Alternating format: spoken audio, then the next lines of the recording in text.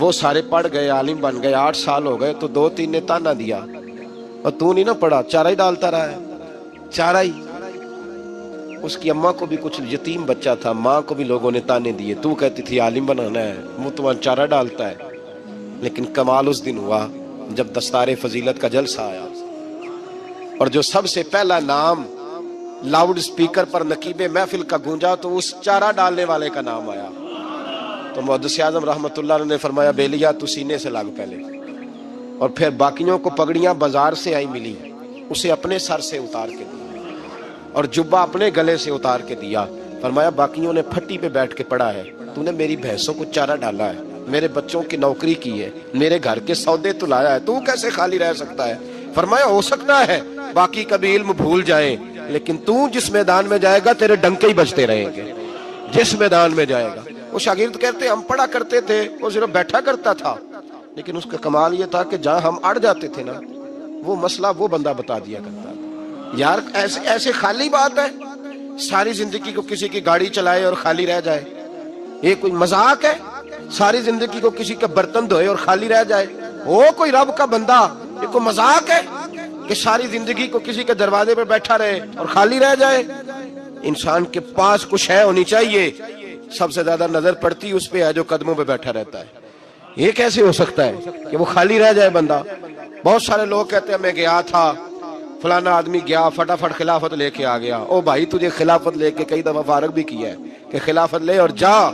کچھ ایسے ہوتے ہیں جنہیں خلافت نہیں دی جاتی, سینے کا نور دیا جاتا ہے, انہیں غلامی کے درجے دیے جاتے ہیں. حضرت ابو ہریرہ, کوئی کہنا نہ دے یہ کیسے ہو گیا, اب بخاری مسلم سے دلیل دے دوں. حضرت ابو ہریرہ کہتے ہیں سارے سے حدیثیں یاد کرتے تھے, مجھے کوئی نہیں آتی تھی, کوئی شے نہیں یاد رہتی, ککھ نہیں. ایک دن گیا, یہ جانا بھی کبھی کبھی پڑتا ہے, کبھی کبھی نا رونا بھی پڑتا ہے, تب یہ اماں دودھ دیتی ہے. اگر تو دروازے پہ بیٹھا رہے تو یہ بھی نہیں ہو سکتا, پتا ہے سارا ان کو, پر تیری طلب بھی تو ضروری ہے نا. اور کسی نے کہا تھا میری طلب بھی تو تیرے کرم کا صدقہ ہے, یہ پاؤں اٹھتے نہیں بلکہ یہ اٹھائے جاتے ہیں. فیض بتا رہا ہوں. عرض کی محبوبہ سارے حدیثیں یاد رکھتے ہیں, مجھے کوئی بھی نہیں یاد رہتی. تو حضور نے فرمایا چل بچھا چادر. کبھی چادر بچھانے سے بھی حدیثیں یاد ہوئی ہیں؟ بتاؤ, یہ سارا فیض ہے صاحب, اسی کو فیض کہتے ہیں. یہی ہے فیض. دودھ پینے سے علم آ رہا ہے, پانی کے قطرے چوسنے سے علم آ رہا ہے. چادر بچھاؤ. تو حضرت ابو ہریرہ کہتے ہیں چادر بچھائی تو خالی چلو جی, کہنے تینوں اتھوں لبا کی ہے. میں کیا کچھ میں جدیاں میں نے جڑیاں دستیاں نہیں پر ہوندیاں بڑا کچھ دے. خالی چلو 3 حضور نے بھر کے نا چادر میں ڈالے. کدی پانڈ بنی جو پٹھیاں دی؟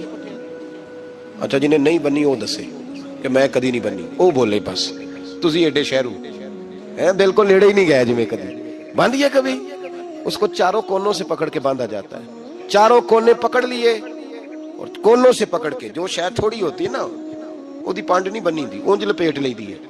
تو حضرت ابو ہریرہ کہتے ہیں چاروں کونے پکڑے, وہ تو پنجابی جو ترجمہ ہے پانڈ بنی. چاروں کونے پکڑ کے تو حضور نے فرمایا چل سینے سے لگا لے. تو بس حضرت ابو ہریرہ فرماتے ہیں وہ گچھڑی اٹھا کے میں نے سینے سے لگائی. بس کمال یہ ہے کہ جو حضور کہتے جاتے ہیں میرے حافظے میں نقش ہوتا جاتا ہے, کوئی بات کبھی بھولی ہی نہیں. یہ پنڈاں دے حساب نال حضور فیض ونڈیا ہے, پنڈاں دے حساب نال جی. اب گچھڑی چھوٹا لفظ ہے نا, میں لفظ کہاں سے لاؤں, پانڈ ذرا تھوڑی بھاری ہوندی ہے. پنڈاں دے یہ فیض ہے, یہ ملتا ہے بزرگوں کے آستانوں سے, یہ ملتا ہے. یہ آج بھی 2 شرطیں, دینے والا کامل ہو, پہلے اس نے کہیں سے لیا ہو, ایسے خالی نہ ہو, پہلے اس کے پاس ہو. اور دوسری شرط یہ ہے کہ جو لینے والا ہے نا اس کا پیالہ بھی خالی ہو. اگر وہ پہلے سے بھرا ہوا ہے نا, صوفی ہے, پہلے ہی بڑا درویش ہے, پہلے ہی بڑا پڑھا لکھا ہے, پہلے ہی بڑے مسئلے آتے ہیں, اور پیر صاحب کوئی مشورہ دے لیتا ہے ٹائم نکال کے, تو پھر نہیں. تو بھائی یاد رکھو یہ فیض ہے, یہ ملتا ہے. یہ اگر علم کا فیض بند نہیں ہوا تو نظر کا فیض بھی بند نہیں ہوا. اگر حدیثیں پڑھی جا رہی ہیں, پڑھائی جا رہی ہیں, تو نظر کا فیض بھی اسی طرح دیا جا رہا ہے. تو کسی شاعر نے کسی درویش کے سامنے کھڑے ہو کے منت کی تھی, اور اس نے کہا تھا تیری ایک نظر کا کمال ہے پر میری زندگی کا سوال ہے, کہ مہربانی کر, توجہ کر. تو میرے بھائی یہ جو عرس ہوتے ہیں نا بزرگوں کے, عرس, یہ عرس والے دن فیض عروج پہ ہوتا ہے. عرس والے دن. عرس کا لغوی معنی شادی ہے. نبی پاک صلی اللہ علیہ وسلم نے فرمایا جب کوئی مومن کامل نکیرین کے نکیروں کے سوالوں کے صحیح جواب دے دیتا ہے تو فرشتے کہتے ہیں نم کا نومت العروس، اس طرح سو جا جیسے دلہن سویا کرتی ہے. تو عرس یہ نکلا ہے اس موقع سے جس دن کوئی دلہا بنا ہوتا ہے. تو اس دن جو اللہ کے جو ولی ہوتے ہیں نا یہ پورے عروج پہ ہوتے ہیں. پتہ ہے نا دولہے کے پاس کتنے لوگ آتے ہیں؟ پہلے کبھی نہیں آتے، بعد میں روز آتے، کہنا میرے بھی باندھے نے. کتنے آتے ہیں؟ عرس والے دن جو صاحب عرس ہوتے ہیں نا ان کا کرم، ان کا فیض عروج پہ ہوتا ہے. عرس والے دن خاص دنوں میں اس لیے اہل اللہ کے عرس کیے جاتے ہیں. اور عرس کے دنوں میں بعض لوگ زیادہ توجہ کرتے ہیں عرس کے، اس لیے ہم لوگ عرس والے ہیں، اس لیے کہ ہمارے بزرگ خالی نہیں، وہ آج بھی فیض تقسیم کرتے ہیں. عرس والے دن جو محروم رہ گیا وہ محروم رہ گیا. سمجھ لیں دینے والے عروج پہ ہوتے ہیں، انہوں نے دروازہ کھولا ہوتا ہے کہ آ جاؤ لے لو کچھ چیز. ہو سکتا ہے آپ کو 2 دہاڑی دکان پہ اتنا نہ میسر آیا جتنا آپ کو عرس پہ آنے کی وجہ سے میسر آئے. اور یہ عام ہے ہر سلسلے کے لیے، کسی بھی سلسلے کا بزرگ ہو نا. میں بڑی اہم بات کرنے لگا ہوں اور بڑی ذمہ داری سے کرنے لگا ہوں اور میں بڑی دلیری سے کرنے لگا ہوں. یہ بھی فاسد نظریہ ہے کہ نہ سنت پہ عمل کیا جائے، نہ شریعت پہ عمل کیا جائے، نہ نماز کی پابندی کی جائے، نہ حلال حرام کی تمیز کی جائے، اور ڈٹ کے کہا جائے کہ اللہ بڑا مہربان ہے معاف کر دے گا. ڈٹ کے کہا جائے کہ دوزخ میں تو کیا میرا سایہ نہ جائے گا. یہ بھی فاسد نظریہ ہے، فاسد. یہ بھی آپ لوگوں کو غلط رستے پہ ڈال رہے ہیں. جن کی شفاعت کی آپ بات کرتے ہیں ان کا حکم کیوں نہیں مانتے؟ اپنے بارے میں آپ یہ بات کریں نا کہ میرا بچہ بالکل نافرمان ہے، ایک بات بھی نہیں مانتا، لیکن میں سب سے زیادہ جائیداد اسے دوں گا. کریں بات آپ یہ. میرا بچہ بڑا نافرمان ہے، کچھ پڑھتا نہیں لکھتا نہیں، پر مجھے بڑا لاڈلا ہے. کریں بات آپ.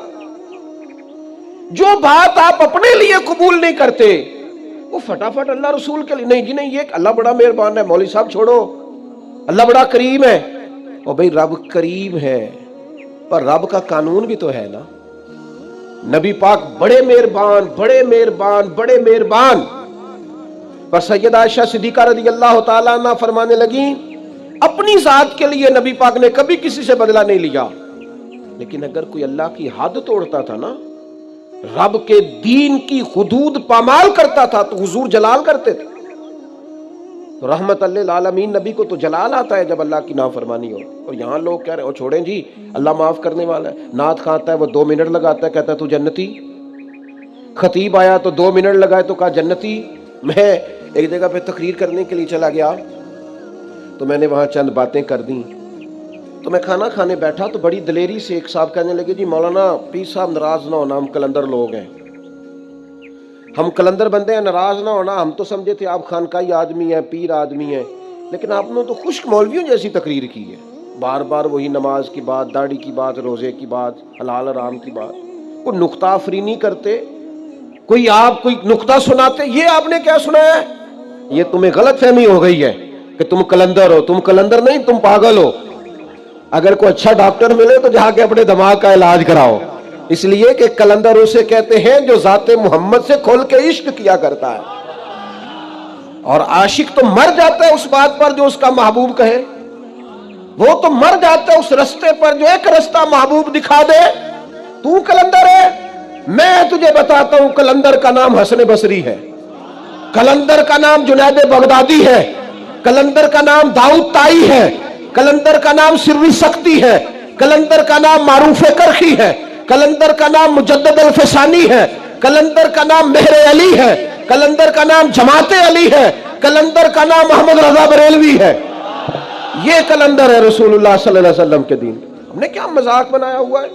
فاسد نظریات آپ لوگوں میں پھیلا رہے ہیں. اور آپ چونکہ آپ کا مزاج ہے کہ آپ عمل نہیں کرنا چاہتے تو آپ لوگوں کو بھی گڑبڑ نظریہ دے رہے ہیں. قطعاً ایسی کسی چیز کی گنجائش نہیں ہے، یاد رکھنا.